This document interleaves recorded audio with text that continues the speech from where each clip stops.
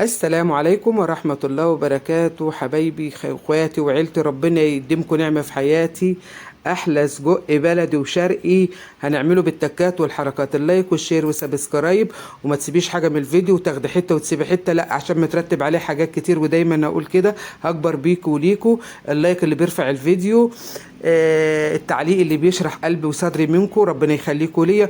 وفي ناس والله كانت معايا الفيديو اللي فات تقريبا، وناس كبيره وزي كده ودخلوا، وانا بحبهم وبحط لهم اللايك وبحط لهم المشاهده الكامله، ودخلوا يا دوب حطوا التعليق ومشتوا، وانا شفتهم لان التعليقات ما كانتش كتير قوي، فهم كانوا واضحين قوي. هنعمل ايه؟ هنعمل احلى سجق من ايدين ام محمود، تسلم ايديك يا ام محمود. هنجيب فول صيا ربع كيلو وهنبله الاول زي ما انتوا شفتوه كده، تمام كده. معايا كام فص توم، كام بصله صغيره كده. اهم حاجه عندنا البصل الاحمر، تكتر البصل الاحمر. معايا كيلو لحمه فرمته في الكبه هو، ويجي ربع كيلو دهن على كيلو اللحمه، تمام كده. ما عنديش دهن يا ام محمود، لا، لازم يكون عندك دهن وتحطيه عليه، عشان هو اللي بيخليه فيه طعم السجق. بقول لكم ان انا قطعت الفلفل كده، وبصلتين 2 متوسطين او بصله كبيره، وقرن فلفل سبايسي لو انت حابه، وقرن فلفل رومي، تمام كده. اخر حلاوه والله لما جوهم من بره وعملت لهم على ايه، شرايح بطاطس من تحت كده.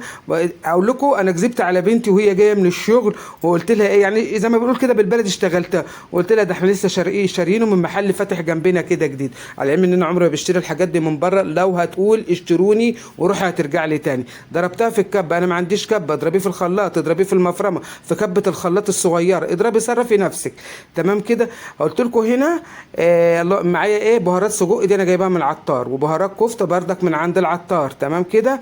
معايا بابريكا، فلفل اسمر، اللهم صل على الشامي، شطه، فلفل اسمر، كمون، كزبره. بهارات السجق هي اللي بتوديه في حته تانية، بس بهارات السجق دي تجيبيها من عطار يكون صادق. انا جيت اعصر هنا، تعبت من العصير، رحت جايبه فوطه ورحت عصرها بالفوطه، تمام كده. فوطه نظيفه كده جميله من بتوع المطبخ، ورحت عاملاها. شوفي نشفته ازاي، ما خلتش فيه اي حاجه خالص. ورحت حاطه البهارات كلها واللحمه كلها زي ما انتم شايفين عليها كده. بصي بقى، زعلانه من حاجه، متضايقه من حاجه في اليوم ده، اعجني بقى عجين زي ما بنعجن العجين. بعد ما صفيته لقيته محتاج الميه اللي انا صفيتها منه، او جبتها تاني، كنت فكر ان هو هيبقى طري، لا، رحت حطها عليه، تمام. ورحت حاطه البهارات كلها زي ما انتم شايفين، وثلاث معالق نشا هرميه تحطيه، عشان النشا الهرمي ده عمره ما يخليه يكش ابدا. تكات والحركات. بصي بقى الجديد والتكات والحركات والاسرار كلها في مطبخ ام محمود، مش هتلاقي اللي عند ام محمود هنا وبس. واخدين بالكم كل واحد، شوف انا بعمل ازاي، ببكس له هنا، ببكس. ايوه يا ام محمود، شد حيلك يا ام محمود، ايوه كده. يومها كنت متضايقه من حد قوي، فحبيت ان انا اخرج الايه، الطاقه اللي عندي. عندي انا هنا بقى الغلطه اللي انا عملتها، ان انا زودت الالوان شويه. فهنا لما ما اقتنعتش ان كانت الازازه خلصت، رحت جايبه ايه، شويه ايه، بودر عندي. هنا ما كنتش حطيت ده كله صراحه، يعني انا كنت اكتفيت بشعر على المعلقه، اقل من ربع معلقه الشاي. المهم خليته احمر وحاطط روج بالزياده، مفيش مشكله. واخدين، بس كان طعمه خطير خطير. وتحت ايدك بقى خدام البيوت بقى، في اي وقت احسن ما تشتريه من بره مليون تريليون مره. شوف اللي هو البلدي بقى بكام، مش هقول ارقام، انتوا عارفين الارقام والدنيا بتتكلم عن نفسها. هنا لما تيجي تضربي لازم تخليها طريه، تحط لها ميه لحد ما هتشوفي العجينه زي ما انا هوريها لك دلوقتي، تمام كده. تكات وحركات مطبخ ام محمود، بالف هنا وشفا على قلوبكم، اللهم بارك.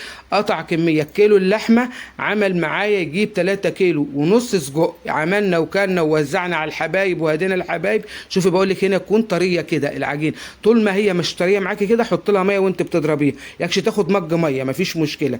انا عملت زي ما انتوا شفتوا كده. بصوا والله يا جماعه ايش خيال ده، يا ناس يتدرس في كليه سياحه ولا ايه حاجه. بصي الطراوه بتاعته كده. ليه يا ام محمود اخليه طري كده؟ عشان وانا بحطه في الهانك بتاع البتاع يكون ايه، سهل عليا ينزل بسرعه كده. انا جبت القمع اهوك، وانا عندي المكنه، بس والله انا استسهلت القمع عن المكنه. بقول لكم عبينا اهوك في القمع. ومعايا طريقه تانية هتشوفوها دلوقتي حالا دلوقتي، بسم الله ما شاء الله. وهتشوفوا الكميه قد ايه بردك. خليكم معايا لاخر الفيديو بالتكات والحركات بتاع. جبت القلم ما نفعش، القلم غسلت القلم ده وجبته ما نفعش، لا قلم رصاص ولا قلم جف ولا حاجه. ايه اللي نفع يا ام محمود؟ انا بقيت انزل بصباعي كده على طول على طول. بقى اسهل حاجه ان انا معايا هو هو صباعي، واخدين بالكم؟ ده اللي سهل معايا. واعملي بقى، بص، هاتي الحاجه بتحبها على التلفزيون قدامك وافرشي واقعدي في الارض وريحي اعضائك كده ونفسك كده، يعني خلي جسمك كده يهدى، وروحي بقى ايه، اعملي بقى بنفس اللي ام محمود عملته ده.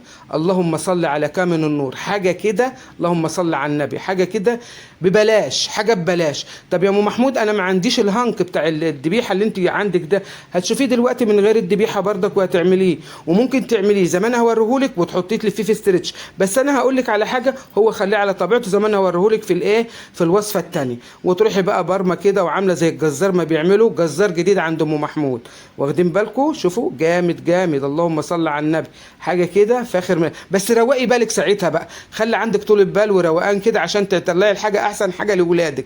وهتحطيها تحت ايدك بقى مكرونه، سجق بيض، بطاطس، صينيه بطاطس، اعملي كل، شوفي بقى اخرجي احلى ما عندك لاولادك. شفتوا بقى هنا انا عوزت ايدي زيت ودهنت كيس الحلواني دوت من جوه، واخدين بالكم؟ ديك الايه، التكه التانيه اهو، تنزليه على ايدك كده اهو. بستنى عشان ما طلعش منه الهواء، هنطلع بس منه الهواء الاول وبعدين ايه نرجع لكم تاني. اهو قطعنا اهو، بصوا قد اللي هو معمول في اللي انا مقسماه في الهنك بالظبط، تمام كده اهو. وحطي بقى ورصي واعملي، وخليه بقى ايه ينشف في الفريزر على صينيه، وروحي معبياه بردك في العلب زي ما محمود ما ايه معبت، او في الفل او زي ما تحبي، بس الاول خليه على صواني يتفرز، يتحط في الفريزر.